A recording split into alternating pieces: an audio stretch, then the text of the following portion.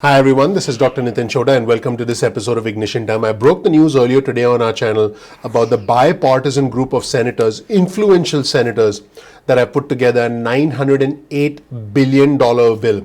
Now the thing that makes this different is that number one, this is done by influential senators. Number two, it's intended as a framework so that both sides can come back to the negotiating table. And number three, it seems as a strong focus to get this done, to at least get us through the next 3 or 4 months, and then maybe, just maybe, come back and do something bigger. You'll hear from the senators themselves, and I want to emphasize that I believe that the probability of a stimulus before Christmas just went up substantially. Now, let me be clear. I do believe that this is very encouraging. I do believe this is very optimistic, primarily because these senators are very influential and primarily because they are now recognizing finally that we need to come together as a country. I've mentioned this before on our channel. For me, it's not about the red or the blue. It's about the red, white, and blue. I'm not Democrat. I'm not Republican. I'm American. What you've also been accustomed to and what I'll always promise you is that you'll get the truth. You'll get the actual news on this channel. You're not going to get any hype just to get clicks and views. That doesn't really matter to me. What matters to me is understanding the information and presenting it to our audience and letting you be the judge. If you learn something new from this video, please consider clicking the like button. Please subscribe, please enable notifications. So this is the COVID emergency relief framework, and this bipartisan group of senators actually conducted a press conference a few hours ago, and I'm going to highlight some comments from Joe Manchin, who by the way has been in a feud, if you will, with AOC. He actually said about AOC, she's more active on Twitter than anything else. So I thought that was interesting. And keep in mind, Joe Manchin is a Democrat. So we'll hear from Joe Manchin, Susan Collins, and we'll also hear from Mark Warner. First, let's listen to the comments, some comments from Joe Manchin, who's a Democrat from West Virginia. And he highlighted the fact that emergency relief, specifically stimulus, is needed now more than ever before. Let's roll the tape and let's take a look. Back off. Let me just say that this is intense amount of work that the staffs have been doing for quite some time, and every senator, every congressperson here has put in an enormous amount of time on this, in person and on the phone. This is a COVID emergency relief framework.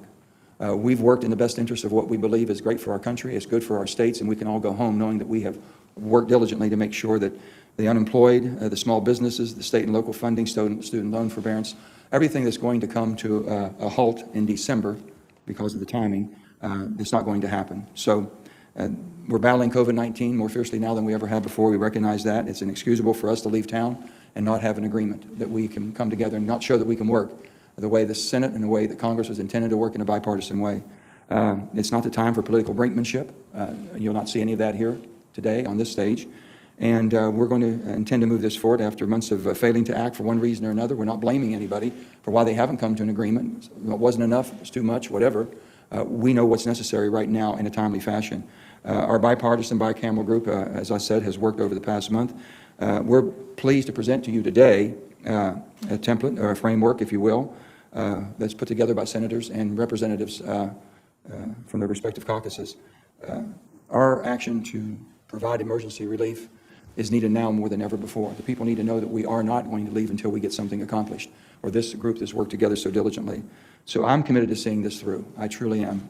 My state of West Virginia depends on it, as long as all of my colleagues, every one of the representative states in the country depends on it. And this is going to get us through the most difficult times.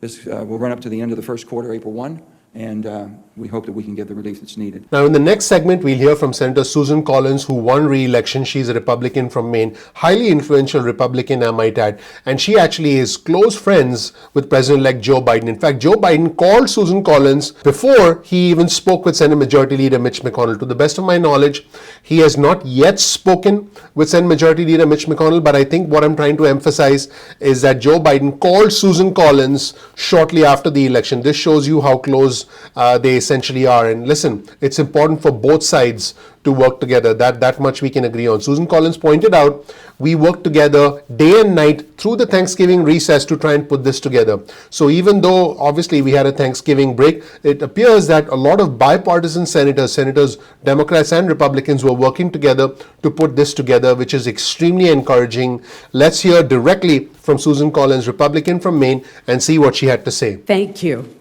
First, I want to salute everyone who has joined us today. We have worked very hard to put together a $908 billion framework for COVID relief. We've worked night and day throughout the Thanksgiving recess because we recognize that families all across America are struggling, that businesses are closing, that hospitals are overwhelmed.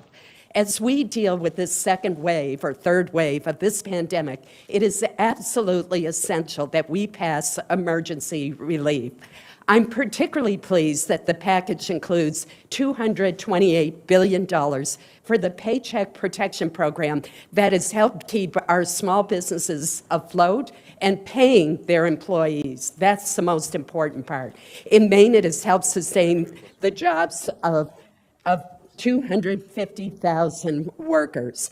This will be particularly helpful to those businesses that have received a first PPP loan that has kept them alive and paying their employees, but now find that they need additional assistance. In particular, that includes our restaurant and hospitality industry. So again, I want to thank all of my colleagues for their very hard work. And in the third segment, let's listen to Mark Warner, who's a Democrat from Virginia, and he said, and I quote, "It would be stupidity on steroids if Congress left for Christmas without interim relief." Keep in mind that this framework is intended to provide the economy with much needed relief for the next 3 to 4 months. And after that, if needed, we could do something more. I think we just need to get this done. I think that we have waited long enough. I know my viewers and subscribers have been waiting for a long time. And I know for us, it's about putting food on the table. We need cash now to be able to keep the lights on. We need to be able to make rent. And I understand where everyone stands. I do want our viewers and subscribers to know that I'm here to give you the truth. I'm here to give you the honest news. And I also believe, and I've said this for a while now, I don't think it's a matter of if we get stimulus. I think it's a matter of when and how much. And I think we're starting to get close with this new announcement today. Let's roll the tape and listen to Mark Warner from Virginia. I want to thank particularly the Senate colleagues who have spent, I think, literally every day but Thanksgiving, either over pizza or over pasta at people's houses like Lisa's. And there's been a lot of enormously good give and take. I came to this with the notion that I'm hearing from Virginians. Somebody used it and I borrowed their term, that it would be stupidity on steroids if Congress left for Christmas without doing an interim package as a bridge. I think we've laid out that interim package, which shortly will appear. I just want to touch on 2 items very briefly. One, for all of us who live in the metro area, we saw in the Washington Post editorial today that short of some relief, Metro will have to lay off close to 4,000 workers over the next coming months. It will end service after 9 o'clock every day. It will end service on weekends. That will have a dramatic effect on the functions of the federal government as well as constituents across the tri-state area. So we've made, I think, the right kind of investment in public transit. Secondly, and Susan has been the leader on this, on support for small businesses. We have literally hundreds of thousands of small businesses across Virginia that are struggling. Disproportionately, we've seen those businesses that have been affected have been minority businesses. We've lost 440,000 black-owned businesses across America, literally destroying generation of wealth creation. In this package, we've allocated $11 billion for investments in CDFIs, MDIs, and other institutions that will lend to these underserved communities. And that'll have a good short-term and long-term effect. So while this perhaps will offend some folks on both sides, we think it is a good framework, and we are all committed to doing what it takes to get it done. That's it, everybody. Let me know what you think of the COVID Emergency Relief Framework, which is the new $908 billion bill that's been proposed. Keep in mind, they've proposed $300 a week in unemployment benefits. They've proposed aid for state and local governments. But at the moment, this does not include the $1,200 stimulus check. And this did receive some criticism from Democrats like Rashida Tlaib. So let me know what you think in the comment section below. You'll find a link to the entire press conference done by this bipartisan group of senators in the description section below. That's it, everybody. Thank you so much for watching. I really appreciate you watching. My name is Dr. Nitin Chhoda with Ignition Time. If you don't know anything about me, check out my video. You'll learn more about who I am, what my journey has been like, and why you should listen to me. We release videos at 2 p.m. East Coast time most days of the week. That's 2 p.m. Get your cell phone out, send a text message with the word ignition or with the word time to 70,000. That's 70000, and you'll get added to our SMS alerts list moving forward. Now, if you want, you can also get added to our email list. simply go to ignitiontime.com/alerts. That's ignitiontime.com/alerts, and you'll get added to our email list going forward. You'll get breaking news, you'll get alerts. If I release any training programs, you'll get information about those as well. You can opt out of the SMS list or the email list at any point in time that you want. No worries about that. Now, keep in mind, sometimes YouTube does not always send out notifications on time when we release new content. All you have to do is simply bookmark youtube.com/ignition time.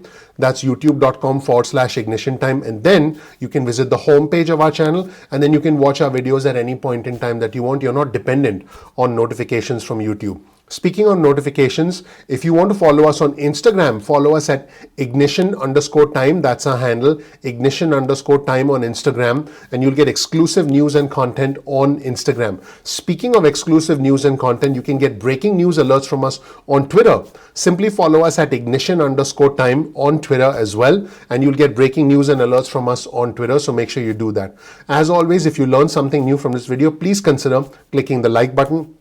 Please ignite that subscribe button. Please ignite that notification button, because the name of our channel is Ignition Time. It really helps out the YouTube algorithm. Please share this video with friends and family if you learned something new, because our goal is to give you honest news, true news. We're not going to give you any false hope or hype on this channel. This is not a one-dimensional channel. This is a channel about the country, about the economy, and about money. This is not just a channel on stimulus news and unemployment benefits. This channel will help you get to the next level, because I have big goals, big aspirations for my viewers, for my subscribers, and for the community. You'll find a link to all of our resources in the description section below, so you can verify any of the content. You can check out the content on your own at any point in time that you want. And please comment below, engage with our community. Our community is bipartisan, it's respectful, it's intelligent. You might make some new friends in our community. So make sure you engage in a healthy debate, a healthy, respectful debate in our community. Thank you so much for watching. One last time, please click like, please subscribe, please enable notifications. I'm looking forward to seeing you in the next episode of Ignition Time. I'll talk to you soon. Bye.